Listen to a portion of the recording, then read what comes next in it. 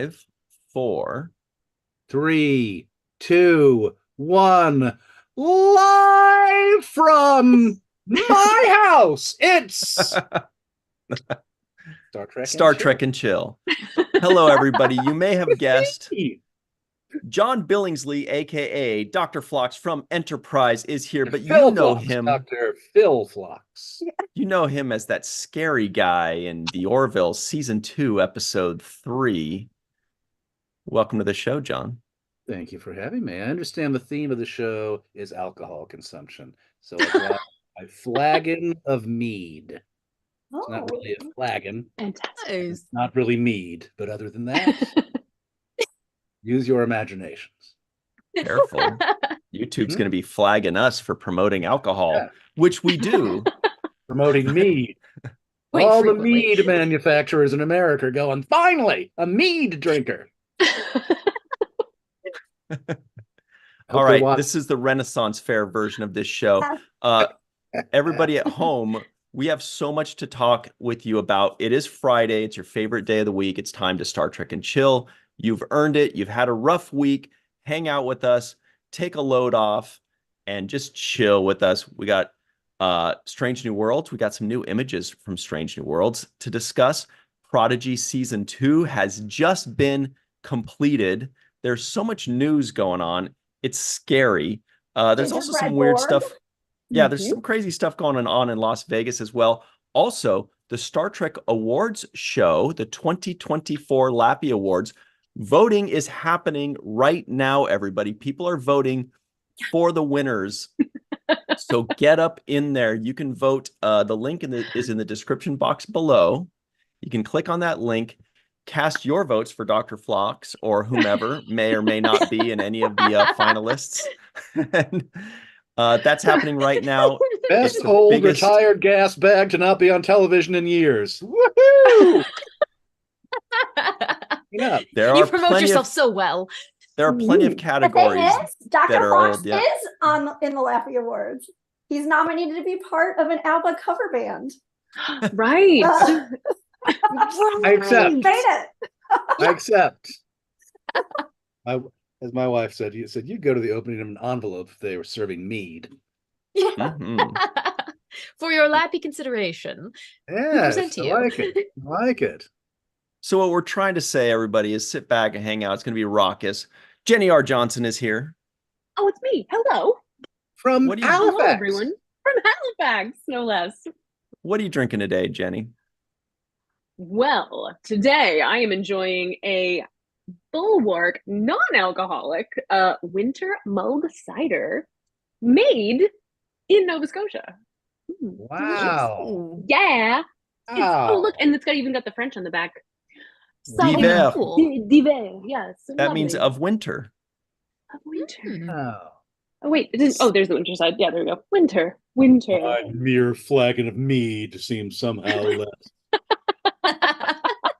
Speaking of winter, we've got a meteorologist here. Katie, what are you drinking today, meteorologist? Well, Emmy Award you winning. know me.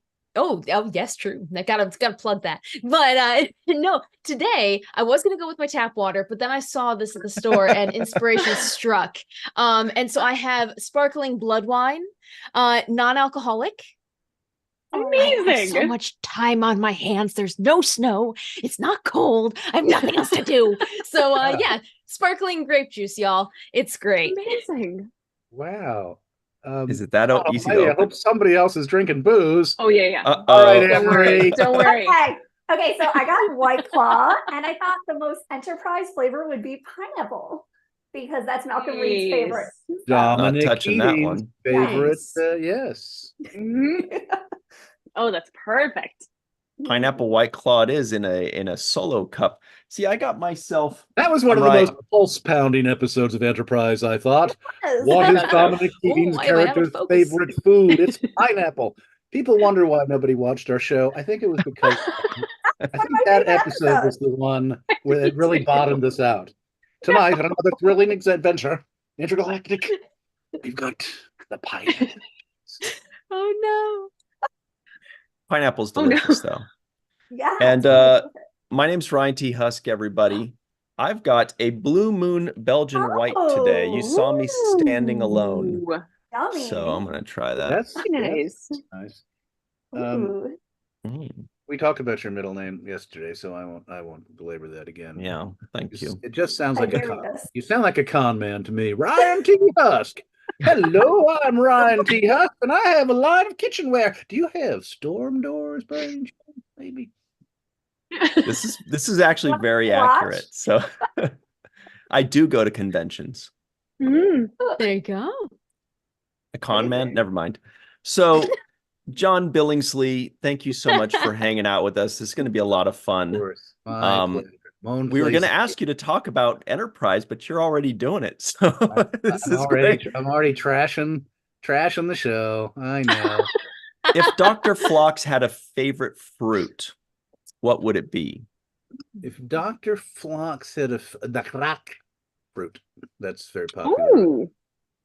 We sit around all day eating nothing but crack. Amazing. Yeah. What is Sounds that? juicy. It tastes like veal. It's actually not very, probably wouldn't be popular amongst you people, but we love it. It's like having veal without, eating veal. The The veal. veal part, yeah. Veal fruit. Some people, it as veal fruit. Wow. That is. It hasn't, because you don't have me yet. So another couple of 100 years, you'll have me and people like me, and I'll introduce you to the veal fruit. Crack. Boom. If you need the will to keep on going, just know that's only a few 100 years off. Couple 100 years. Yep. All sorts No of problem. interesting delicacies I brought with me. And when I left Enobula, I mostly packed food. It was like one pair of underwear and a lot of delicacies. They always showed me eating your food, but they never showed them eating my food, which is something That's that true. I would have suggested they should do. Mm. That's a great point. Short treks. You just get like a dinner platter. Well, Neelix buffet. was a cook, right? So I think they wanted to stay Yeah. away from. I think they wanted to stay away from that. But I did like the idea that Dr. Phlox would just eat anything that wasn't nailed down, like pencil shaving or whatever. It's like, oh, that's pretty good. He was incorrigible. I liked that about him. He was fairly incorrigible. Favorite Enterprise by far. I love Dr. Phlox. Yeah, absolutely. Oh, wow. We've got madness going on in the live chat, everybody. Yes. Hello to John Davis, who agrees with you, John, about mead. Who doesn't love mead? Am I right? True. Who doesn't love mead? Chuck A says, Jenny Johnson, good to see you again on Star Trek and Phlox, he says. We also have Fran Iverson, Rashid, hello. He's talking about blood wine. Hello from the Tara, UK. To the UK. what's up? Oh, yeah. Lane Page. Back of the head, that is Screen Rants, John Orchiola. He says, I'm drinking NyQuil. Right under the weather. Feel better. I just talked, didn't I? I just asked John. Didn't I just talk You to did. John, I think just the other day. And is that Tara? Is that Tara? The Tara I know, Tara? There may I be. think so. Yeah, hi, Tara. Amazing. Might be. I might know everybody. I might know the whole. Dave Gregory as well. Puka, what's up? We see all of you. Lane, Faith Howell, our good friend. Glenn Iverson, Bob D, BL. We see everybody. Robert Kaiser out in Austria staying up super late because he's a champ. Kathy D. Hello to everybody.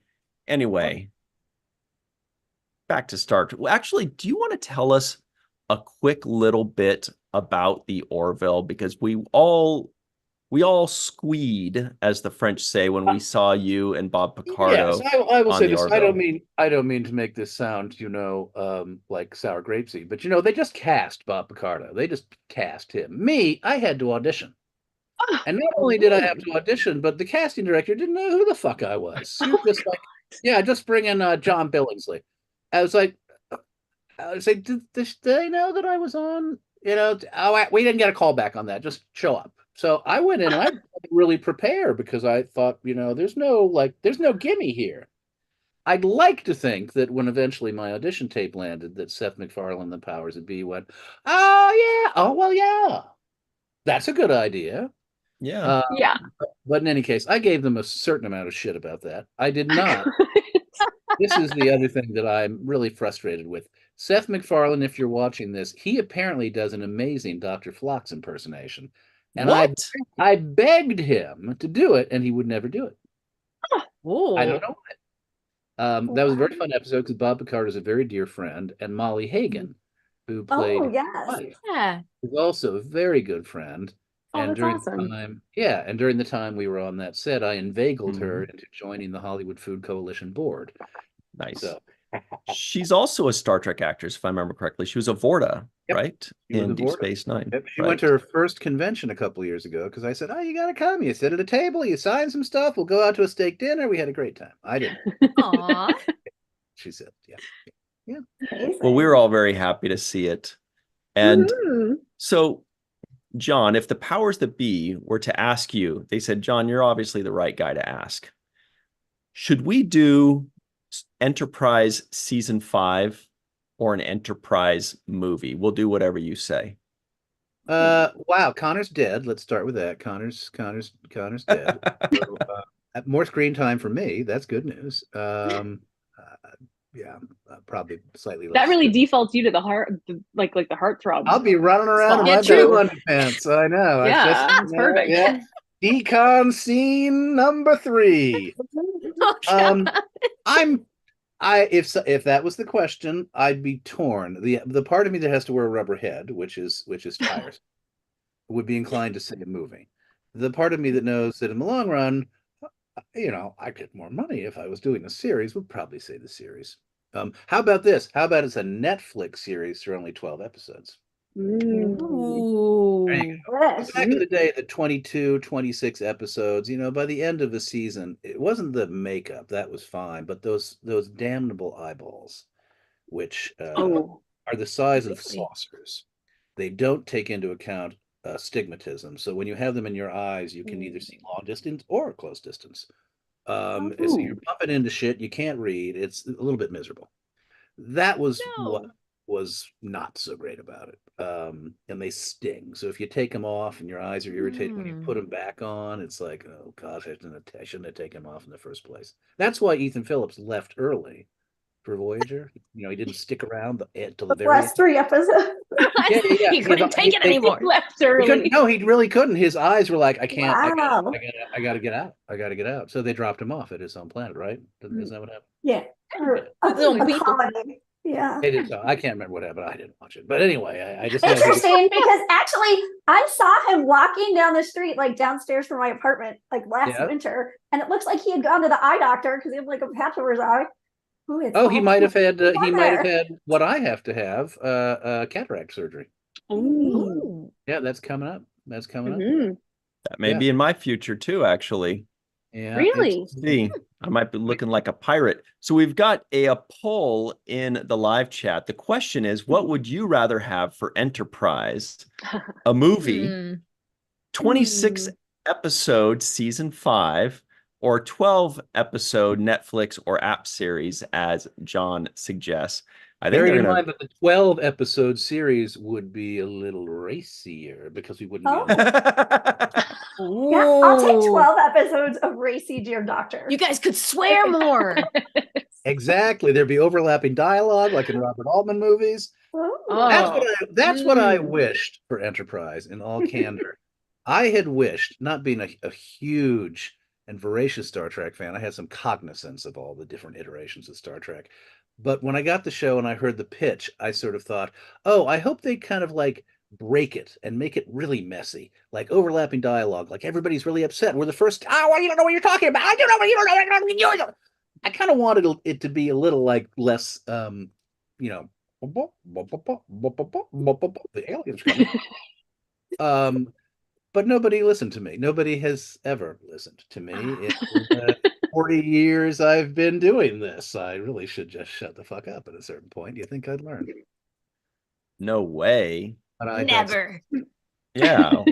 Like they had an episode, I tell this story where the first draft, because I was always trying to peek at the first draft, because if I wasn't in an episode, I try and get work elsewhere. Nice. The first draft of an early episode showed a crewman beaming up, because we were always scared of a transporter, and he's beamed up, and his ass is where his head should be. Oh, fuck! Oh, my God, his ass is where his head should be. I thought that was great. By the time it kind of made it through all the different, like sensors and network, he beams up, and it's like, oh, there's a twig sticking out of his ear. Well, let me clip that off. I was like, that was the moment I thought they don't have the courage to go where it should. Wouldn't that have been great if it was like, his ass is where his head's at? That would be like, the show would have had such a different tone. Very much so. That was the Orville. In fact, I wonder if Orville has done that yet. Mm-hmm. So good. Oh gosh, so good. Well, you'll be glad to know, John, that the 26 episode season 5 is actually currently winning. So you may have to, if these guys get their druthers. You don't have a dirty-minded audience, clearly. Yeah. Well, they couldn't change their vote after you said that. Oh, that's the problem. I see. Or they're thinking, well, Connor's dead anyway. How dirty are you? Chuck A reminds us of Spaceballs, of course, where Mel Brooks shows up with his rear end in the front part. And he goes, "Why didn't anybody tell me my ass was this big?" In the movie Spaceballs. Anybody that's seen that and loves it. I saw it. I hadn't realized that. Maybe I subconsciously stole that bit from. Well, it was just his butt in the front of his bathing suit area, not on his face area. You put your own artistic twist to it. I was just like, you made it better. Being cast as the crewman, your butt will be where your face should be. By the way, so just be prepared for that. I'll take it. Sure. Okay. Yeah. Before we get into some serious business, BL asks, did John explain his shirt? Oh, yes. This is I think I have to stand up. Am I wearing pants? Yes, I am. All right. This is a Dartmouth. Yeah. People started giving me medical shirts. Somebody gave me a Harvard shirt. Somebody gave me a Dartmouth shirt. Awesome. So I walk, but no, because people want you to perform like emergency tracheotomies, and they're asking you for like, I don't want to have an endocrine. I just have the shirt, man. So somebody did actually. I was having a conversation with somebody, and I thought they were being awfully sort of deferential to me for no obvious reason. I thought, I was on a television show. I said, no, you went to Harvard Medical School. and that, of course, yes. Bonus. Can you take a look at this mole? Yeah. So I don't know why more people don't do that though. Just buy real smart T-shirts to make people, make them think that you've got going on. Totally. We do have a doctor in the house. Dr. Anne-Marie Siegel is an MD, of course. So she will take a look at that mole for anybody that needs it. But it's time to get down to business, everybody. John Billingsley has something very important to promote and to talk about, even more important than Star Trek, if you can believe that. And John, we appreciate everything that you do. Can you please tell us what that is? Wow, I've been so frivolous, and now I'm going to have to get serious. I am halfway. I'm on the board of a wonderful organization called the Hollywood Food Coalition here in Los Angeles. We serve a hot, nutritious, multi-course meal 7 nights of the week. Haven't missed a night in 37 years to all comers. And additionally, we help our clients attach and get involved with other social service organizations that can address some of their other needs. We have a medical, dental, vision van coming from UCLA. We work with drug and alcohol rehabilitation counselors. We work with housing programs. We rescue 3 million pounds of food a year. We share it with about 150 other not-for-profits to buttress and to augment their meal services. And finally, we work with a lot of community groups to kind of identify what are the systemic problems that only a village can solve. We need more refrigeration. We need more transportation. We need more of everything to help take care of a hungry population. This is a wonderful organization I've been involved with for years. And I started a couple of years ago doing a charity event to raise money for them. And it's called Trek Talks. This year is on January 13. It is an 8-hour Jerry Lewis-esque, I play Jerry Lewis, digital telethon. We have a raft of Star Trek guests. Last year we had Scott Bakula and Anson Mount. We've had Jerry Ryan. This year we've got a wonderful Picard panel with a number of the guests from a number of the stars from Picard season 3.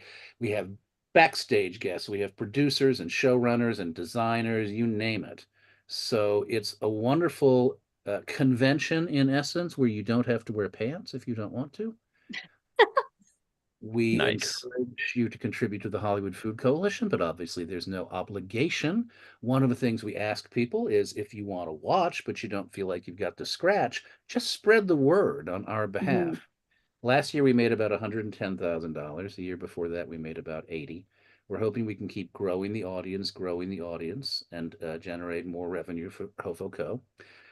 There's also part of this that I really like to talk about, which is one of the things we started doing was kind of figuring out how could we continue to grow a message that within this amazing franchise, there's such a huge heart and a vision that is Roddenberry's vision of service and coalition building.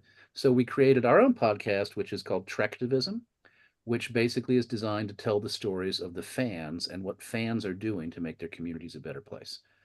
And finally, we're really interested in trying to encourage celebrity philanthropy and to break down any kind of barriers that exist between fans and celebrities so that we can all kind of work together to make the world a better place. HOFOCO is my vehicle, but I'm very interested generally in how people who have had the good fortune that I've had to do this silly work can kind of bring what they want to support forward in a way that can, lift all boats. John, hofoco.org, that's HOFOCO.org. Beyond the obvious of bringing hot plates of food to people and giving them options, what if they're vegetarian and homeless or they need money?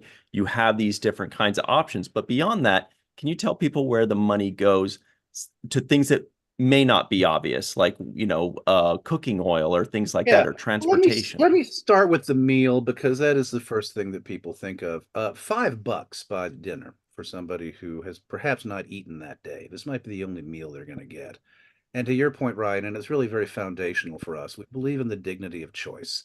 That for people who may be, treated poorly all day long, when they come to us, we always start by saying, welcome, thank you for coming. What would you like? We have a vegetarian option, a vegan option, a carnivorian option, a different kind of starch, green salad, fruit salad, rolls. What kind of dessert would you like? What kind of beverage? It is really important to treat people with deep compassion. It's also how you build relationships. So one of the other places where the money goes is for us to have navigators. Navigators get to know our clients and get to help our clients move into some of these programs I mentioned earlier. In addition, we also hand out hats and shoes and shirts and socks and tents and toiletry kits, lunch boxes, laundry vouchers, bus passes, you name it. So we try and kind of, in essence, create almost a one-stop shopping center for people who are experiencing homelessness. The thing that we've tried to do is to keep our administrative costs down, but we run a giant warehouse. 3 million pounds of food comes in and needs to be processed, mulched, sorted, stored, inventoried, and then shared. So some of the money is going this year to expand that warehouse space. We're going to be moving from a 3,000 square foot space to, we hope, a 7,000 square foot space. Wow. It isn't just the weight, and that's something that's really important for me to kind of talk about. It's not about 3 million pounds of food a year. It's about 150 small not-for-profits that we are helping to support.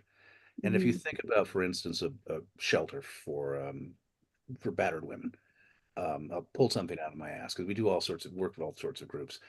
20 women in that program, and there's a lot going on. Frequently, the problem is they don't have a full kitchen, as a for instance. They need prepackaged food. We try and provide it. Or they have some rudimentary kitchens, but they don't necessarily get greens. We try and make sure they get that. It's really concierge level.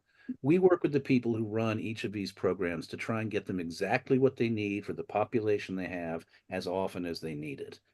And that's the kind of thing we want to keep building on, because these are the small groups serving really, really important populations that tend to fall through the cracks in the system.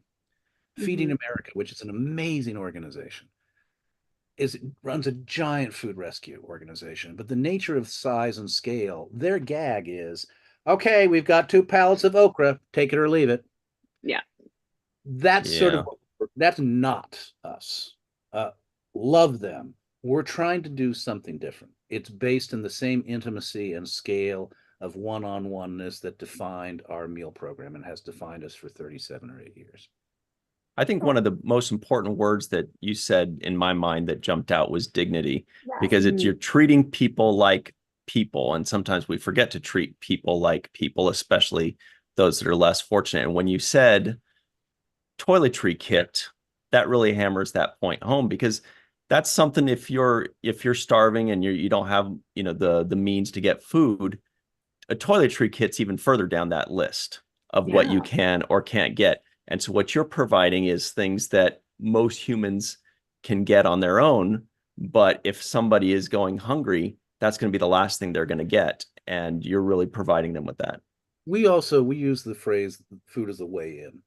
And the thing I think is really important is that because people know that every night we're here and they get a hot meal, they come back. And as we get to know them, we can introduce them. One of the challenges of working in this field is that there's a great and obviously understandable deal of mistrust. It's very difficult to encourage someone to consider getting off the street and into a housing program, for instance. They're afraid they'll be separated from their pet, from their friends, from their community. There's a tremendous amount of trust one has to engender before you can begin to have a conversation about the pros and the cons. Consider, we'll make sure we don't arbitrarily assign you. Let's introduce you to a program where you'll get to have a say. The food, the good food provided every night, allows the beginning of a relationship. And I think that's where we really kind of, what's foundational to us is start where people want to start. Can I have something to eat? Yeah. Yes, just like building on that. So I watched the first 2 years every second. It's like one of the highlights of my year. And it's such a magical day. And the Star Trek content is just like primo content. I mean, aside, as good as Virtual TrekCon. I want to share some of our guests. Yes, and while you're doing that, like, it's just like, the first year I was kind of like, well, it's Hollywood and I'm in New York and we have our own stuff. But then I started watching it, I was like, and I never saw a program with so much dignity. And that includes like med school, you have to volunteer all the time. I mean, you'd like to, but you also have to. And for college to get into med school, and med school to get into residency, and like you see all these different programs, and never in any big city in America have I seen one with so much dignity. I was so inspired, and I was like, I'm so happy to support it, because it's just such an amazing role model for other programs. So, there's something that means a lot. There's something that means a lot to me. I mean, there's amazing work being done all over the country, and it's something that I always want to speak to, because yes, there's certainly places that one might say, well, why don't I? And my answer to that is great. I mean, great. The impulse to give back, the impulse to be generous, the impulse. I don't believe that charities and organizations such as mine should be in competition with each other. Let 100 flowers bloom. Mostly what I'm interested in is helping to stimulate people's impulse to be generous and people's impulse to be involved in their community. I think as much as anything for me, these last 8 years have been, highlight years, because I got to dig in so deeply. I was for a while the volunteer co-executive director and then the board president. This has been, and I set my acting career aside to do this work. It has been incredibly transformative and joyful and liberating for me. And I feel as when I travel around and I talk to people, if it's always like if it gets political, and I'm very political, but nonetheless, I find when it gets cantankerous, it's like, can we reset the conversation? What do you do that you feel is virtuous and kind in your community that gives you the most joy? I've never found that to not work. Because everybody has the impulse. Some people, maybe it's buried. Some people, come to the forefront a little bit more, but we all have a human impulse to want to give back. I think that was Roddenberry's point on some level. Absolutely. It's very clear. Everybody feels that impulse. Here in the live chat. I remember, so Dave Gregory lives in Michigan, but when he visits LA, he volunteers with Hollywood Food Coalition for a couple of days. Oh, yes, I've heard about it. Yes, I know. Thank you, Dave. We love Dave Gregory, who is celebrating Justin Weir's birthday right now with him. So shout out to Dave Gregory and Justin Weir. But John, we know you have to go in just a second here. Before you go, two quick things. One is we put the hofoco.org link in the live chat, everybody. So, hey, it's Friday. You're having a good day. Why not click that link and just donate right now? People need to be fed for the holidays, I bet. $100 donation for Trek Talks the other night. I got my development director say, "Hey, guys, nice." And the second thing is, John, you owe us a guest list. I believe you told us you'd show us. Sorry. And I was looking for it. And where did I put it? Do I have? You know what? Then it's probably on the website. You know what? We've got on the website. Check this out. Terry Metalis, Tom Wright, Aaron Waltke, Michelle Hurt. Wow, boy, these are amazing people, wonderful humans. Ethan Phillips, Tawny Newsom, Don Lewis, Jonathan Del Arco, Dan and Kevin Hageman, the Troublemakers, and Nami Melamad. That's so cool. Awesome. And that's just so far. Oh, yeah, there's many more than that have already committed. We're about 80% there. We've still got a few headliners we're trying to nail down. But it's going to be a great show. And I love the mix, too, because we bop back and forth. One of my favorite panels every year is the Tractivism panel. This year, Ty Phoenix, who is Trek the Vote. For those of you who know, Trek the Vote. Oh, you're right. Yeah. I adore that work. She's so in the forefront of trying to really make sure that we all do our civic, duty and pay attention during election season. She's going to be there. Mark Sickle from Star Trek Family. Some just Sid City is going to be represented. We've got women. Awesome. We've got some amazing scientists.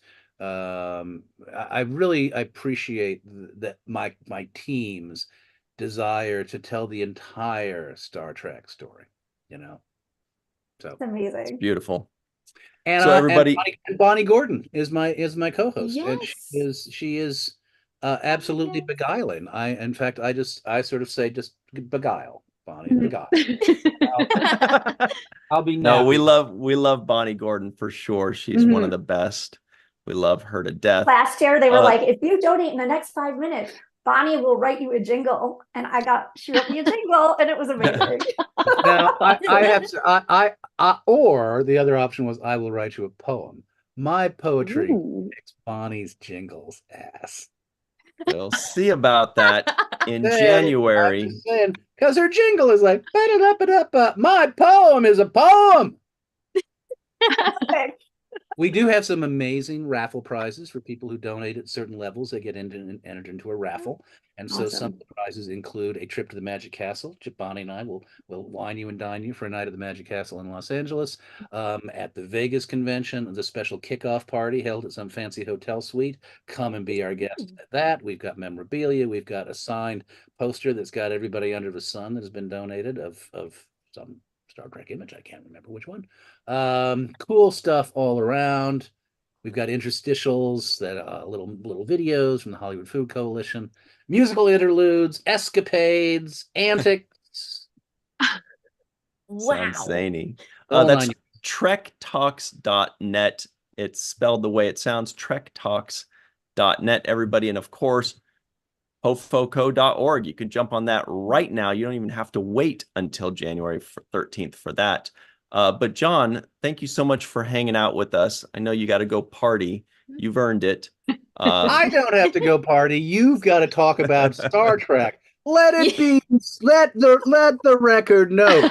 I'm not leaving you. You're leaving me.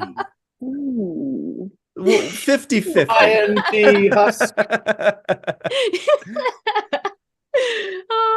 That's right. You've got important things to talk about, and God knows I wouldn't have anything to contribute. But everybody in the live chat has been throwing so many compliments your way, John. They love you, and we all really appreciate you. Thank you. Oh, yeah. We'll see you January 13th. Likewise. All right. Yeah. Much obliged. We'll see you soon. Thank you so much, John. Appreciate you. Lovely evening. I'm going to go drink some more mead. Cheers. All right. I thought we were talking Dr. about Fox Star Trek, though. Man, my cheeks are sore. Me too. Oh, he just makes Enterprise sparkle for me. Oh my gosh, yeah. Absolutely. Dr. Fox. You know, he's just so witty, just so fast. My brain can't process. I should have said that earlier when he was here to appreciate that. But I remember in the first episode when I first saw Enterprise, the day that it came out, I fell in love with Dr. Phlox. I was like, wow, what a fun and cool character. Just like I loved the EMH before him and Voyager. I was like, is it just going to be like doctors throughout that are just going to like carry these shows for me? Yes. All right. What a night. So late December 1963. I know that one. Song? Yes. Yes. I know that one. It's in Sherlock. A special time for me. Okay. So I mean, there we go. Should we do the first order of business, which is gingerbread Borg? Oh. Borg. Are you talking about link Eve England? Yes, I am. Okay, so everybody, I wanted to show John Billingsley because his wife was in the Enterprise Borg episode. But blast! I was too starstruck. I forgot. Yeah. As my dad says, Dad, blast it. Whoa, Dad. Maybe that's something dads say.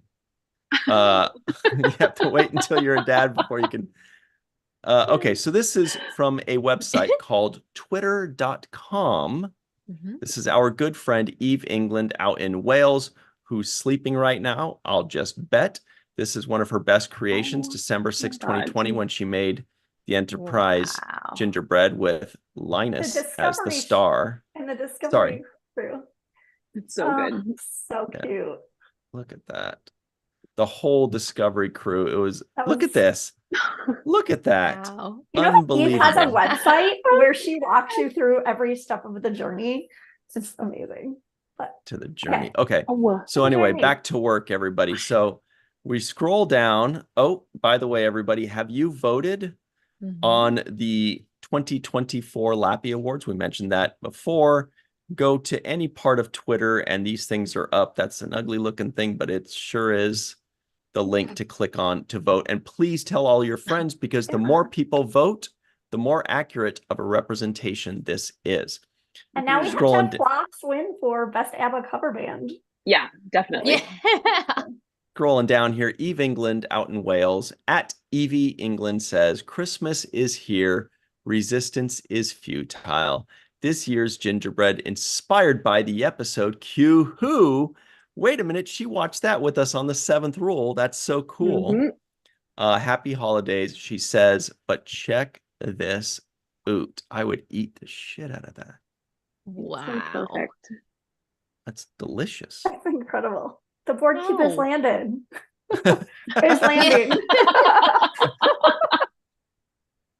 Unbelievable. Oh my God. It's artistry. So adorable. I just can't even get over that board artistry. Yeah, it's so good. Oh, the attention to detail. Yeah. The ridges in the gingerbread. I'm like, how is this done? Even this has ridges, even the belt. Yeah. It's amazing. Unbelievable. Now, Jenny, you're quite the artist. What are your thoughts on this? I think this could be one of the greatest gingerbread creations I've ever seen. The detail, the color, the composition. So I think she did like hard candy melted to do these like little triangle and square panes, and then there's a line inside. Yes, so much work. Incredible. Who has time? She's too good for Great British Bake Off. It's amazing. Agreed. I thought you said breakup at first. I was like, no, I haven't tried to like say it in replace. I'm like, that is hard to say. It lights up. Wow. I know. Yeah. It's incredible. See, and what's amazing, this might just be my family. At the end of actually in July, when we got firecrackers, we blow up our gingerbread houses. She could redo Battle of Wolf 359 by shoving a firecracker in that. Like it's the gift that keeps on giving right here. That's a great idea, actually. Her cat's name is Starbuck. She'll just say, Starbuck, fire. All right. Good job, Eve England out in Wales. Always up in the ante for everybody. Pretty freaking amazing. If you don't eat it, blow it up. Yeah. That guy finally got some love. So sometimes when you do eat it, you blow it up. A screenshot of just like that random pork. He's like, he deserves that. Yeah. So you guys want to talk a little bit about the news of the day, only because there's some big news to discuss. And this is from our good friends over at trekmovie.com. You may have heard of them. It says, first official image from the set of Star Trek Strange New Worlds Season 3 is released. Is that it right there? Woo. I thought it said TK. It says take. Someone wants a crossover. Yeah. Oh, there's a different shot of it here. Check this out, everybody. Yeah, so this is the Clapper. Director Chris Fisher. That's our good buddy. We know him. Looks like cameras Benji Bakshi. December 12th, 2023. That was 3 days ago. Scene 115C. Take one. Boy, this is fun. That was tweeted out by Star Trek on Paramount Plus. Oh, that looks like Instagram. Yeah. Yes. But then there's also, check this out. We know her. That looks like Nurse Chapel. Jess Bush has an image of her. She's just taking a selfie of her wearing a beanie with the it's a Strange New Worlds beanie. That's pretty cool. Season 3. Wow, that's kind of cool. Imagine being the embroidery shop that was like commissioned to do that. Just be like, oh, Star Trek, yes. Right. Or they're like, Star Trek, what the heck is that? There are two extremes in this world. It's true. It is true. Hot and cold are the only two I know. Yeah, Trek and not Trek. Oh. Of course, you know we call them toques up here, right? Yeah. You call them what? Toques. Yeah, that's a toque. Beanie. You call the beanies toques? Toques. How do you spell that? The way cooler way to say it. T-O-Q-U-E. Oh, and you even spell it funny. Wow. It's French. Breaking Bad. T-U-Q-U-E. That's T-O-Q-U-E. I guess that's French. Yep. Wait. Or I don't know what it would be actually if it was T-O-Q-U-E. Toque. But because we're in Canada, we say toque. It's cuter that way. Yeah. It is. Yeah. It's like the Australians calling flip-flops thongs. Like, exactly. It's just way more fun. You know, it's more fun. That's funny that you should mention that, because the word for it in French is tong, right? Thong, right? And also, so I grew up as a kid calling them thongs. And then as I got older in my childhood, I don't know if that was 6 or 12, but it was somewhere in there. I remember going like, oh, that also means another thing. Maybe I'll start, what do you guys call them? Flip-flop? Maybe I'll start calling them flip-flops then. Because, you know, French was my first language. So I always just, I didn't know that thong, you know. And so there I was just telling other kids, oh, let me get my thongs real quick. I gotta go. Oh, no, let's play, but I got to go grab my thongs first. So I'm glad I learned that before I got too old. Yeah, that would have just been, yeah. But Australians still call them thongs? Yeah, so they say it all the time on Bluey. I'm not ashamed. Anne-Marie, your thoughts? I love it. Oh, you know, I by mistake I forgot what I sent you for today, and I just saw this like Prodigy song, and so sorry, I got distracted by like how brilliant this thing is. Yeah, Prodigy thongs. Yes. Songs. Ooh. Good. Amazing. But like the last thing about this article we're talking about now is that it has specific dates for filming for Strange New Worlds and Section 31, which I don't know that I had seen the specific start and end dates. So for Strange New Worlds, it goes through May 21st. And then for section 31, it's January 29th through March 13th.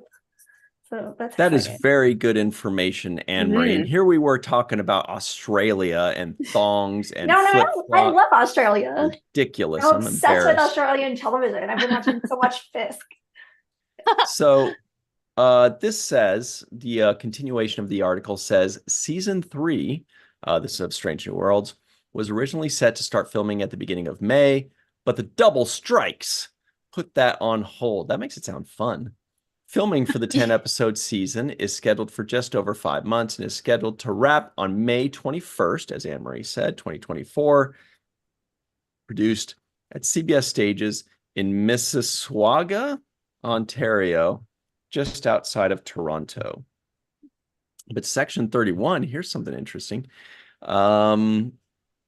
Section 31 begins filming Monday, January 29th, with a shoot planned for 6 weeks. That's right. That's so short. 6 weeks. That is really short. When you think about over 5 months for Stranger Worlds, that's like 2 weeks an episode, which, I mean, that's not that much longer an episode than the 90s. It's just that they're only shooting a little over 5 months a year instead of like whatever it was before, 10 or 11 months. Right. Yeah. But so this Section 31 movie is basically the amount of shoot time of 3 episodes. That's what we're talking. 6 old episodes or 3 new ones. I guess that works. That's not bad then. Yeah. But it's just like, that's when I'll be hyper alert on Twitter to see what everybody's tweeting from Toronto. So excited. How close to Toronto, Jenny, is Mississauga? Mississauga? Oh. it says bloody Mississauga. It's kind of, I mean, it's on the periphery. It's kind of technically like almost a suburb of Toronto, but Toronto's pretty big and sprawly. So it's, yeah. Oh no, you're right. It's AU, not UA. So yeah, it does not say Swaga. What's that? Wow, Matt Boardman's grandma used to live there. Wow. I didn't know that. That's cool. That's cool. That's a good fact. Shout out to Matt Boardman. And hello, Katie. We see you. Boardman. Portia, what is up? Fran Iverson had a birthday recently, I believe. So happy birthday to her yet again. And Kathy D, hello, Bob D, and everybody. Kathy D is saying Saga. Saga. Say it right. Kathy D's like, she says Sawaga. No, I don't know words. Just have no meaning on a Friday night. It's all just screams internally.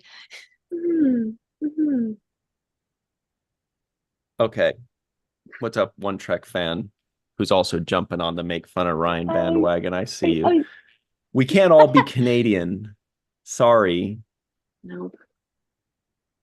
One of my greatest joys is coming here on Tuesdays and Fridays to hear you guys say Toronto.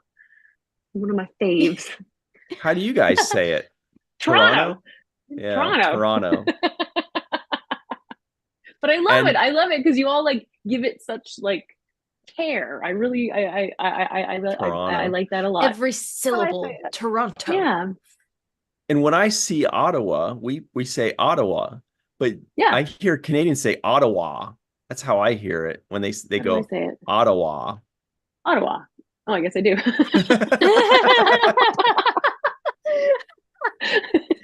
We say Ottawa. Yeah. There is that. Yeah. Wow. Which reminds me, do you guys know what the dumbest grass is? The dumbest kind of grass? What is the dumbest kind of grass? It's the same as the dumbest island. Bermuda. Okay. Oh my god. Did you get that like from a popsicle stick? Oh my god. We've been overdue for a Ryan joke. Maybe. No, I got it from a friend and I totally made fun of him for how stupid it was, but I was like, oh, fuck it, I'm gonna it's too bad Walter wasn't here to appreciate it. I think he would leave. So here's the next item up for bid, everybody. Anne-Marie Seagull mentioned it just a second ago. This is also from Trek Movie. Oh, okay. It's entitled Work on Star Trek Prodigy Season 2 has been completed. So this one we kind of already talked about a couple days ago, but this one has more pictures, and I just love all the pretty pictures. Ooh. Yeah. It's officially completed. Dan and Kevin Hageman tweet out, just mixed our final episode of Star Trek Prodigy Season 2. 5 incredible years of our lives have gone into Prodigy, and we could not be more proud of the work from our amazing team. May this series inspire and welcome all into the Star Trek universe. Season 1 on Netflix this Christmas. That worries me. When they say 5 incredible years of our lives have gone into this, it makes me feel like they're saying this is... Yeah. Yeah. Well, I don't know. What do you guys think? Does that sound a little like they're saying that's that? I think we're all just like a little nervous, twitchy coming out of what happened. Yeah, we're twitchy. Maybe it's been such a long road getting from there to here. But especially with that period of will season 2 ever be seen? Maybe there's some relief in that. Yeah, maybe it's less about saying this is the end and more about like finally the what we've envisioned is happening. Hopefully. I agree. But scrolling down a bit more, Aaron Waltke addresses this a little bit as well. Aaron J. Waltke says, who's also writer producer on the show, he says, for those asking, I remain hopeful for the future and proud of what we accomplished so far. Be sure to watch season 1 this Christmas. Okay. So it sounds like I remain hopeful for the future. That doesn't sound as positive as I'd like. Well, we just all need to be like pressing play right on Christmas when it drops. Yeah, that's what and it is. Here's one other thing that makes me really hopeful. The Prodigy Writers Room continues to tweet like on a daily basis, which I'm like, wow, that's amazing. I don't know any other show that has a writers room that tweets like every day and all the times they're not in production or their show isn't airing. So on that note, I shared a retweet from them that happened a couple days ago that's very festive and very brilliant. They basically scour the internet for me and find like the best content ever. Who, the writers room? The Prodigy Writers Room. Oh, by the way, but there is a writers room that does tweet more than them, and it's the Bluey writers room, as Katie will tell you. Okay, I'm looking for this thing. Okay. Oh, here it is. Is it the Red Lady saved Star Trek Prodigy? Yes. Okay, so I'm reading this blind. It's brilliant. Figuratively speaking. In celebration of Prodigy being released at Christmas, I give you a festive song to mark the occasion. Deep breath. One of 14. Get serious.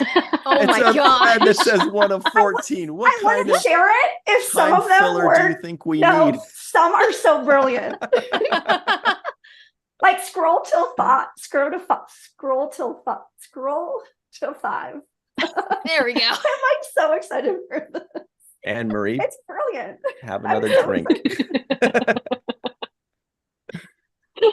Wow, this is nuts. It's a tongue twister because some of the words they couldn't find a 5, so it's like F-I. Okay, so I'll scroll to 5. Yeah. Okay. So, I mean, it's really well done. Okay, so here's 5, even though there it is, 5 of 14. Okay, that's your Borg designation. Yes. On the 5th day of Christmas, my Netflix gave to me finally a hug, 4 Murphy limbs, 3 Vaunacott, 2 holograms on a Trek show called Prodigy. You gotta put your heart into it. Actually, no, it's so good. Actually, this is pretty good. You're right. It's That's great. Brilliant. I want to see the last one. There we go. Okay. 14 of 14. You have to go further. Wait. Oh, this is so much work. Okay.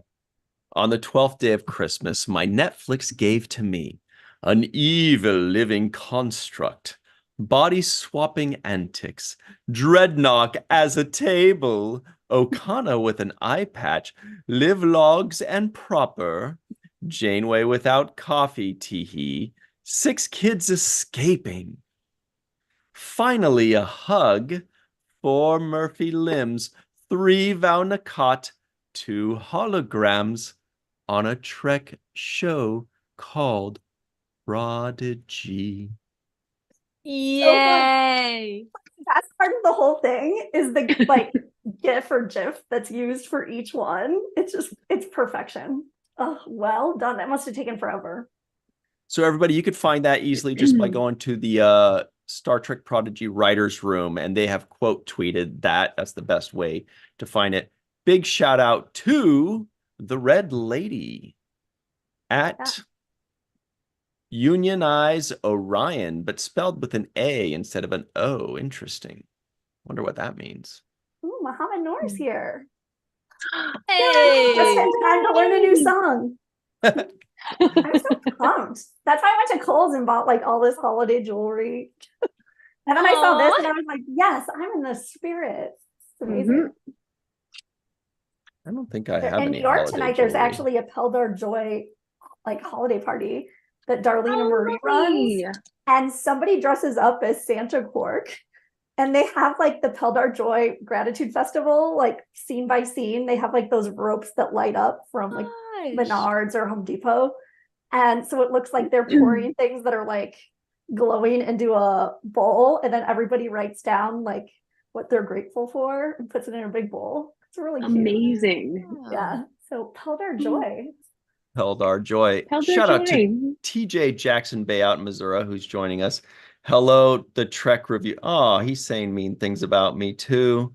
Like everybody. Now, Dr. Muhammad Noor says he loves the new song. So everybody stay tuned. Next time Dr. Noor is on the main viewer, he will be singing the entire song memorized too. So we're looking forward to that. Ooh. Muhammad can carry a tune like a champ. Actually going to change number 2 to 2 amazing science consultants on Prodigy, because Muhammad consults for season 2. Oh, yeah. Hey, oh wow. All right. So do any of you have holiday jewelry? I don't. Not at this moment. At all, but you guys own, I didn't know there was such a thing. I have like 4 dozen slap bracelets from Oriental Trading, so that like anytime I go to a party, I hand them out. They're so fun. Amazing. Slap bracelets like a string of lights necklace somewhere. Ooh. Yeah. I have one of those somewhere. I haven't worked with the public in a while, so that used to be.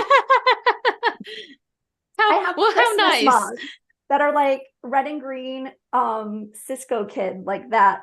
The Cisco nice, the shield emblem from when Sirach's sister was selling them.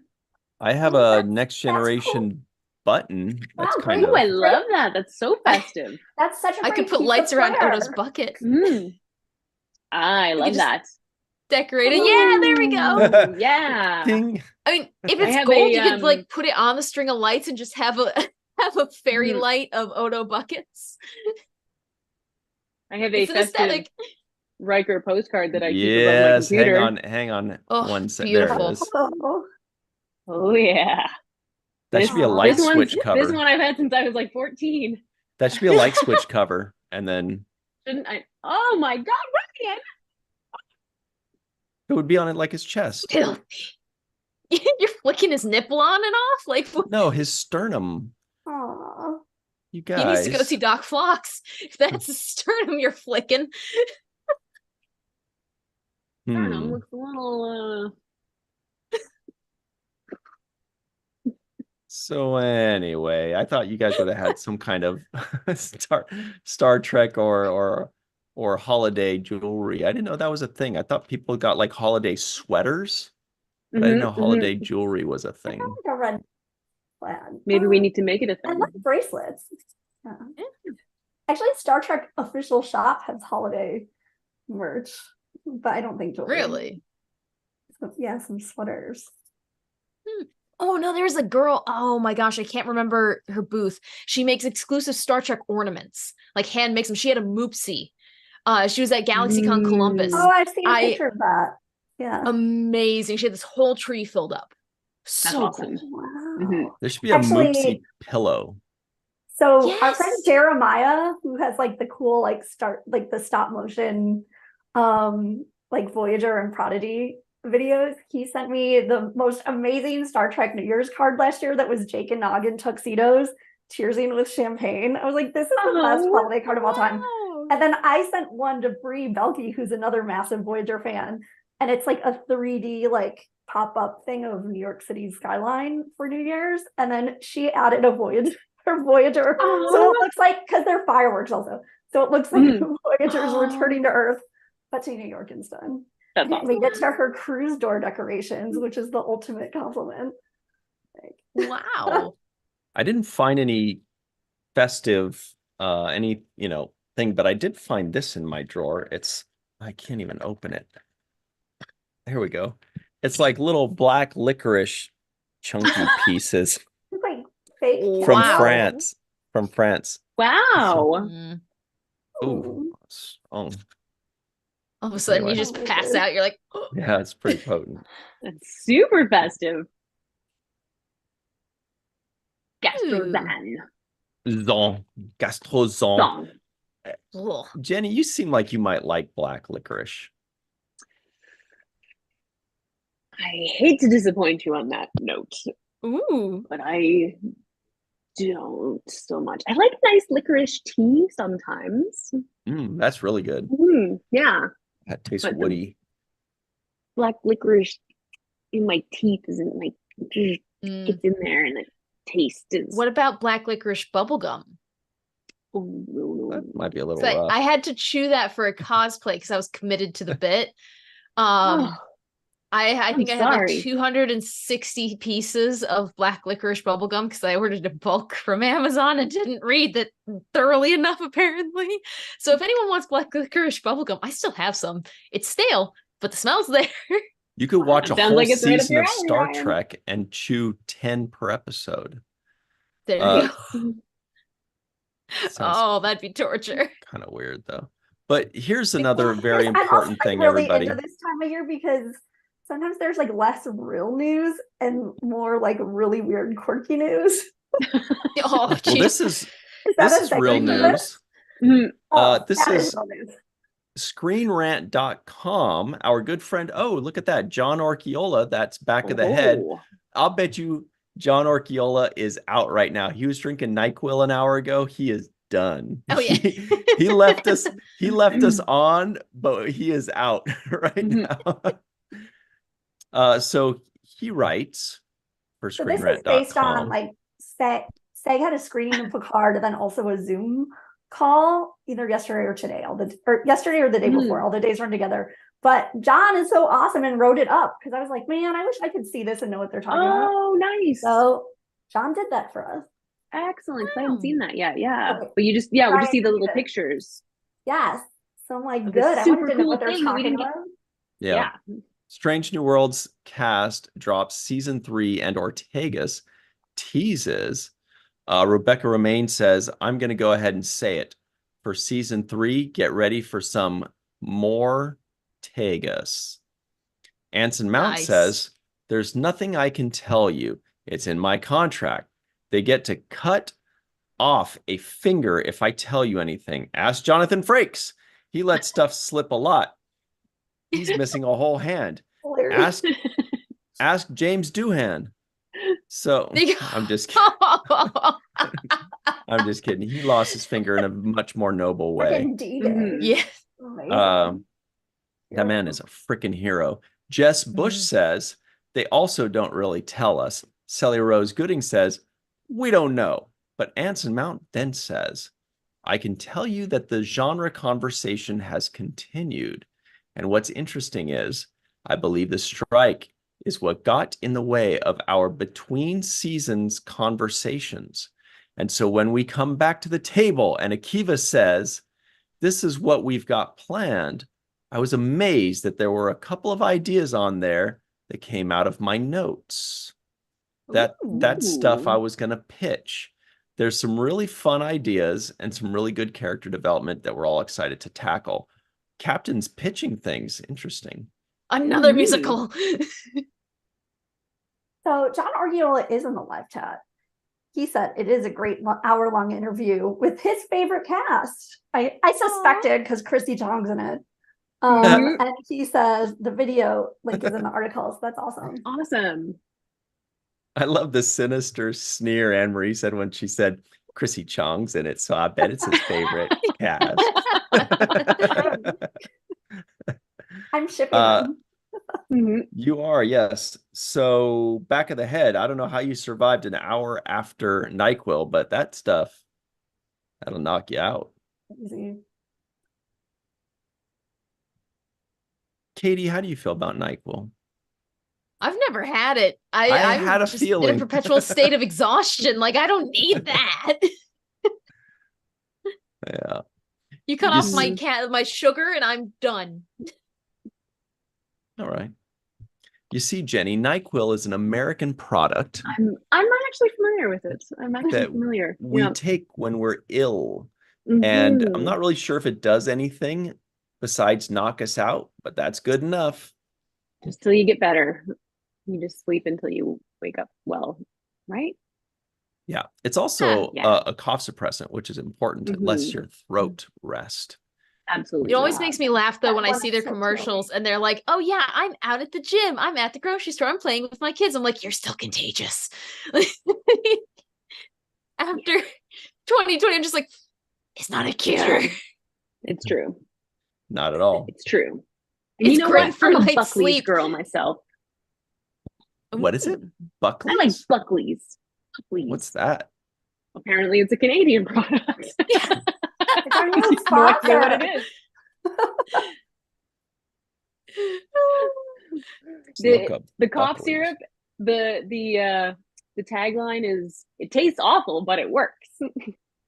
What a marketing ploy. I know. Yep, and it really does. See, children's Tylenol. It's like gritty grape. Can't beat it. Yep, Buckley's. There it is. Oh yeah, it's in French too. Tout sèche. Now, to be fair, they do have some other flavors, but original Buckley's basically tastes like eating Vicks Vapor Rub. Yum. Okay, I'd actually be down for that. Yeah. There you go. Ooh, this says mucus and phlegm. Yeah. Or that's not the flavor. Mucosites. Mucosities. What's the etymology of words that have the GM where the G is not pronounced, like diaphragm or phlegm here? Question. That is a very good question. Amory, you're a doctor. Those are two medical things or biological things. I love it. GM. What's another word that has? GN, it's in like Italian at times. GM. Yeah. It must be like old. I bet it's like old English or something. Yeah. Diagram too. No, that the G's well before that. The G's a couple letters away. Yeah, I can't think of any others. Everybody in the live chat, if you can think of other words like diaphragm and phlegm that have the GM in which the G is sil, let us know. Silent. Ooh, Bob D says Buckley's has pine oil, which is pretty damn good. Nice. I had a feeling Bob D would know what was up with that. To consume? Yeah. Oh. It works. Yeah. I'm used to the suffer in silence method of, nah, I'll power through. It's fine. It's not worth it. Oh, looks like it's Greek. Oh. Ooh. Hey, Greek and like late Latin. Interesting. Oh, I'll take Greek. Yeah, your name's got to be Greek, Katie.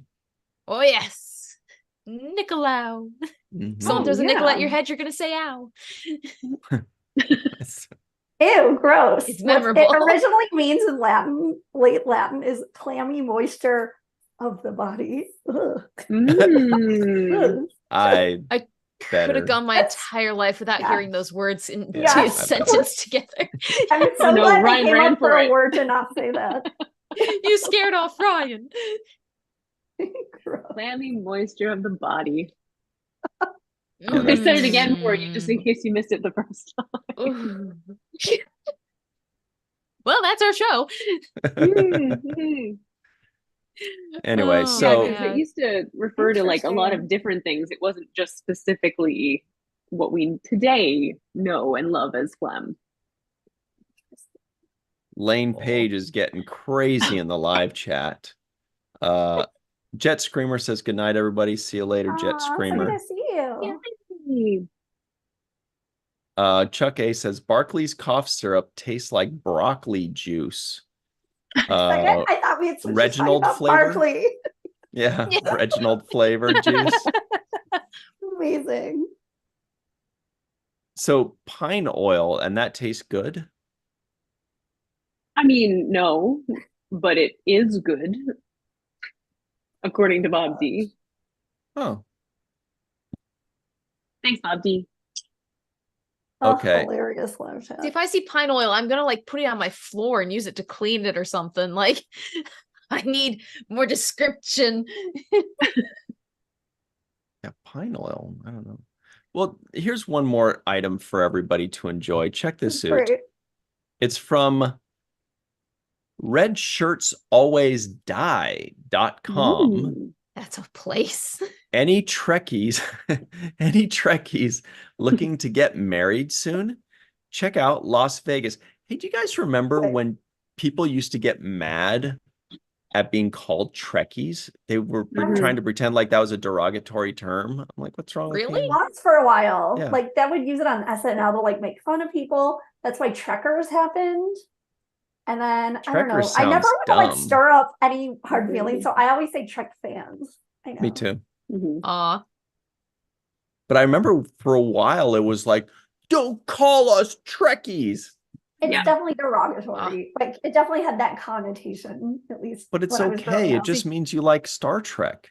I do like how we've reclaimed the word. Like you took the power of it being derogatory and took it away from them. They were like, I like it. Boom. Like the word nerd. Nerd is no longer a derogatory term because people are like, yeah, I am a nerd. Jealous. I make money in Silicon Valley. Yeah. Yeah, I'm your boss now. That's right. Yeah, nerds rule the world. Bummer. So anyway, what's the point of this article? Okay, well, first of all, I think it's hilarious that they start off with like some BBC.com statistics. Great article. Basically, it's like unlicensed. It's not official Star Trek, so also things are like a bit off. Like it's Captain Spurt or something who married you. I don't even see anything that's Star Trek related in this article. There are only two things I see that are Star Trek related, and they are here. It's naming all the things that it comes with, but then here it says chapel and back, chapel fee. I'm like, oh, that's Star Trek. They're trying. I mean, I think it's really cool. If I was going to get married, I'd go to Vegas and do it, or like a courthouse. This is very entertaining, but I think the real answer is if you're looking for a Star Trek buddy and do it at STLV, where you can get the package to have like a Star Trek actor actually marry you. Yeah, that's a thing. Yes. What? That's wild. I gotta find a man now. Come on. One more thing on the plate. Yeah, and I want an invite. Or like our friend Kelly Wright married people last year, like in a suite party. Just as that like, was a sweet party. Kaya Paka, maybe. It's amazing. Amazing. That's awesome. I mean, the Captain Kirk thing really tickled me. Katie, there are some dudes in the live chat. Just saying. There's one specific dude in the live chat actually that throws back to our earlier conversation. Our friend Aaron Waltke has popped in to say, we all remain optimistic, but are just feeling grateful for the show finding a home and reaching this milestone. Nice. Fantastic. Good catch. I heard there's going to be a Janeway Chakotay wedding in season 2. Dude, if by Captain. I heard it was going to be Chakotay in 7, and my sources have never been wrong about this. I heard that, like, you know, there are like 20 episodes. I heard like 9 or 10 of the episodes are just like the two of them gallivanting and building like bathtubs in the woods and stuff together. If anybody's wearing 7, it needs to be the EMH. Oh, I love them together. Yes. That would be fun. Oh my gosh. So sweet together. Wait, but didn't the EMH have somebody too? Allegedly, like in Endgame, but that's the future. Allegedly. Timeline. What if they brought him back for, like, if they did Star Trek Legacy and they brought have the EMH back and marry 7? I would love that. I want someone to watch over me every month. I just watched it this afternoon. I always watch that because then the next episode's 11:59, which is one of my other favorites, and especially this time of year, but I watch it every month. It's so like Midwest and Y2K era or 2001. They really nail it. It's so special. Love that Where's Creek? Indiana. Exactly. There's something happened in Canton, Ohio this week in the news, and I was like, I don't want to go to Canton, Ohio. It's a part of 11:59. Which Hall of Fame is in Canton? Is it Baseball Hall of Fame? NFL, I think, right? NFL. Yeah, you're probably right. That sounds right. So Aaron Waltke in the live chat, thanks for hanging out with us. I don't know if you were here when we were talking about Prodigy earlier, but we are over the freaking moon, over every moon practically, that Prodigy season 2 is completed. Obviously, we're very happy that season 1 has a home and now season 2 has a home. Obviously, nobody knows when we're going to see season 2, but hey, one step at a time. Prodigy has a home. We're going to watch and promote the out of season 1 on Netflix. That censoring was for you, Katie. Yay. And and then Netflix is going to be like, whoa, where did this spike in views and clicks happen? And Star Trek nerds will be like, it's us, and we want 5 seasons. And they'll be like, all right, but we'll see about season 2 first. And then they bring season 2, and we'll do the same thing. And they'll be like, well, we don't have a choice. Look at this is these numbers. Yeah, I'm going to go to so I share Netflix with, I have a big family. So I'm going to go to everybody's profile and give the 2 thumbs up to Prodigy from every profile and click play from every profile. Nice. Can't even wait. Go over to friends' houses, put it on their Netflix TV. Yes. I also like that in the in our Star Trek Award show, the Lappy Awards, that even shows that did not air in 2023, like Prodigy, are still in some of the categories. A lot of people voted some things in because we still have legacy categories, we have universe categories. So, you know, it's not just 2023 what happened in this year. It's all kinds of stuff, and it's nice to see that, you know, there's very short treks being represented, there's Prodigy being represented, everything, movies. And how long does the Lappy voting go on? Ooh, good question. Too long.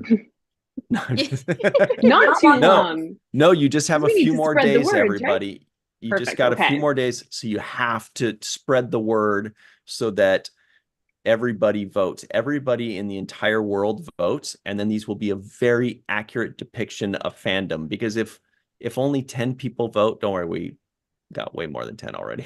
But for example, if 10 people only voted and they were all like Voyager fans, then Neelix would win everything. And I don't want to live in a world like that. I'm just kidding. We love Neelix. I don't think Voyager fans want that either. Okay, so I have 2 things. So Aaron Waltke says, yes, we are very excited. Netflix has the license and is airing our show. So and by the way, Neelix was the star of Aaron Waltke's very short trek, actually. Yes. Which is also up for a Laffy Award. like you right. said. Yay. So the other thing Aaron Welke says is Voyager was super popular on Netflix, and so is like young adult action adventure animation. So like excited eyes. But I remember that like when all of Star Trek was on Netflix, like maybe 2015 or 16, Netflix put out that huge like those graphs that were like everybody was so shocked how popular Star Trek was. And then they did like they broke it down and they were like top 10 episodes of Star Trek watched on Netflix, top the ranking of the shows watched on Netflix. And the crazy thing was like I think it was 6 out of 10 episodes of those top episodes were Voyager. Wow. Yeah. Very good. Super popular. Threshold. Yeah. So just one quick thing is Aaron, one last thing. He says, Aaron Waltke says, I voted for myself in the Lappies. And my first thought was, how cool does it have to be how cool does it feel to be like, oh, there's a Star Trek awards show. Let me look. Oh, I'm going to vote for myself. Mm-hmm. That's gotta feel really cool. That's that you can actually vote for yourself in a Star Trek award show. Let's talk about, everybody. So last thing on the Lappy Awards, it's a Star Trek awards show, and we will announce the winners at 5 p.m. Pacific, 8 p.m. Eastern time. That's 9 p.m. for Jenny R. Johnson, and it's super late for the people like Robert Kaiser in the live chat. That'll be on February 18th. That's a Sunday, as part of the 5-day virtual Star Trek event, Virtual TrekCon 5. It is the first and biggest of its kind. The biggest of its kind, who knows how long that'll last, but first of its kind, that'll last forever, I bet. So we're really excited about all of that. But you've got to vote now, and you got to share it around because it's going to close in just like 3 or 4 days. And then the votes will be tallied. The celebrity guests will be stalked. I'm going to say tallied by an actual scientist, Dr. Muhammad Noor. Yep. Yes. It couldn't be better scientific method. By way of Google. Google actually does. He's not there like counting ballots. Yes. Well, no. He's overseeing it. He arranged the document. He did all the work. Minimal bias as possible. Yeah. So yeah, what he even did is it shuffles the answers, the options every single time somebody opens it up. So there's no potential bias of people picking the first option or the second option. It's like it shuffles every time, it randomizes it. So that's really smart. What is the last day to vote? BL asks. Tuesday it closes. Tuesday. So, this coming Tuesday. p.m. Pacific time. And that is the 19th? Yep. Yes. The 19th of December. And Dave Gregory has it correct. He says Tuesday the 19th, if I remember correctly. Good stuff, everybody. So get up in that and have your fun. And remember, if it asks a question that you don't know, like if it says, what is the funniest episode of Lower Decks Season 4? If you haven't seen all of Lower Decks Season 4, you could just skip it. It's better to skip it than to guess something, because then that kind of randomizes the winners rather than just, So I've been really pleased. We've all been very pleased to see that people do skip a lot of questions. And we love to see people skipping things rather than just picking something at random, because that gives, weird results. But everybody's been really good. Dr. Muhammad Noor will attest to this. People have been really good about just saying, okay, I don't know the answer, or I don't have an opinion. So they just skip it. Yeah. And that's fantastic. All right, let's talk about the week ahead. He says, I cast a write-in vote for myself and my Star Trek V prop gun as best power couple. And his Spock helmet. That was a great picture. When he won the prop gun from the Craig Jean auction. Amazing. Yeah. Nice. So a couple days ago on the Falling Tower YouTube channel, we released our review of Troll Hunters, Tales of Arcadia, with Andre Kotman, the sci-fi guy, and of course, meteorologist Katie Nicolau, the Greek. Myself, Dr. Muhammad Noor, and the two of them, we watched and reviewed Troll Hunters, Tales of Arcadia. Check it out right now on the Falling Tower YouTube channel. Why do we review that one? Well, because some of the writers from Troll Hunters are also the writers right now creating Prodigy, and we want Netflix to see a lot of activity going on, even peripheral activity. So check that out, everybody. And then yesterday on the Seventh Rule YouTube channel, we had another Throwback Thursday video with Ira Stephen Bear. That's a lot of fun talking about Deep Space Nine. Go check that out. We love those. Then let's see. Sunday, this coming Sunday at 9 a.m. Pacific, 12 p.m. Eastern Time on the Seventh Rule YouTube channel, we have our very first mailbag episode. We finally closed the book on seasons 1 and seasons 2 of Star Trek The Next Generation. So myself, Sirach Lofton, Melissa Longo, and Denise Crosby answer everybody's questions about seasons 1 and seasons 2. Awesome. Oh. Check that out on the Seventh Rule YouTube channel, 9 a.m. Pacific, 12 p.m. Eastern Time. Then right back on the Seventh Rule YouTube channel on Monday, 6 p.m. Pacific, 9 p.m. Eastern Time, we've got our review of Peak Performance. That's this one. Everybody knows the Zach Dorn. I can't remember his name, though. What's the Zach? Kohlrami. Yes. Kohlrami. Kohlrami, yes. Got it. Ooh. Good knowledge. God, Jenny's got legit knowledge. In there. Can finally use it. And then on Tuesday, everybody come right back here to the Virtual TrekCon YouTube channel for our live Star Trek and sci-fi news show, but especially Star Trek. The main viewer, it's going to be a lot of fun. And then Wednesday, the Falling Tower YouTube channel has our next Watch the First. It's Family Month. December is Family Month. So it's a good time. It's a crazy week. Hope everybody's getting gifts and lighting trees. Voting. Wait, don't light trees. Voting. Go vote. That's it. Jenny R. Johnson, can you tell everybody where they can find you online? Yeah, you can find me through my website, jennyrjohnson.com. You can also find me on a variety of social media networks, including Facebook, Instagram, Threads, TikTok, what's left of Twitter. I'm Jenny R. Johnson Art everywhere except for what's left of Twitter, where I am Jenny R. Johnson, hanging in there. Excellent. What's left of Twitter? What about you, Doctor? At Anne-Marie Siegel 1 on Twitter. And I was just reading Fran Everson's lovely message. This was a very great show. I hope you guys had some really good pizza tonight. And always get pizza. Ooh, yeah. Oh, that's nice. She's like, and every week that you guys wish me a happy birthday, I will continue to say it's a good show. Katie, what about you? Where can people find you online? Well, you can find me on all the socials as @weather_Katie and on YouTube as So Many Random Fandoms. Great.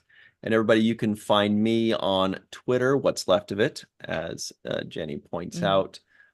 Twitter @RyanTGHusk. That's @RyanTGHusk. Or just Virtual TrekCon, the Seventh Rule, or Falling Tower on your favorite social media, but especially right here on YouTube. That's what it's called.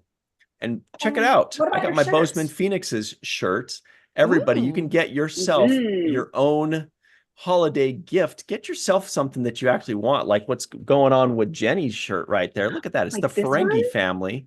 You could get that Ferengi family. You could get the cool Bozeman Phoenixes. Look how cool that is. I love that shirt. Thank you. And it loves you. Jenny's got a matching one. So does Matt Boardman in the live chat. It's a great one. It's a lot of fun. Get that at the Shopify store, the Star Trek and Chill online store.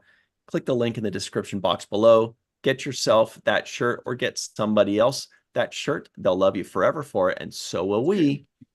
Probably love you anyway. Aww. That's it. Yeah, it's probably true. Who am I kidding? So thank you to May Borello, Dr. Muhammad Noor, Gregory Kenzo, the Hawaiian. They say Hawaii sometimes, but I've never heard Hawaiian. I don't know if that's a thing. Kathy D, John Davis, Dave Gregory, Chuck A, Fran Iverson, Phil M, BL, Bob D, Who else? Lane Page, good stuff today. Just Rosie, hello and goodbye. Tara, thank you all for hanging out with us. Glenn Iverson, we will see you next time. We appreciate all of you. Man, Dr. Phlox, huh? That was so much fun. It was awesome. It was rowdy. That was so great. I loved it. I loved it so much. Yeah. All right, that's it, everybody. Have a fun weekend. Remember to refresh this video and leave us a comment in the comment section below on anything. Just tell us your favorite cough syrup flavor. Whatever, it's fun. Keep the conversation going. Oh, cough syrup flavor? Some of them are okay, right? Mm. Yeah, lute is, but they don't really work that well. Just, for the taste. Have a good weekend, everybody. Have a chill weekend, I should say. You've earned it.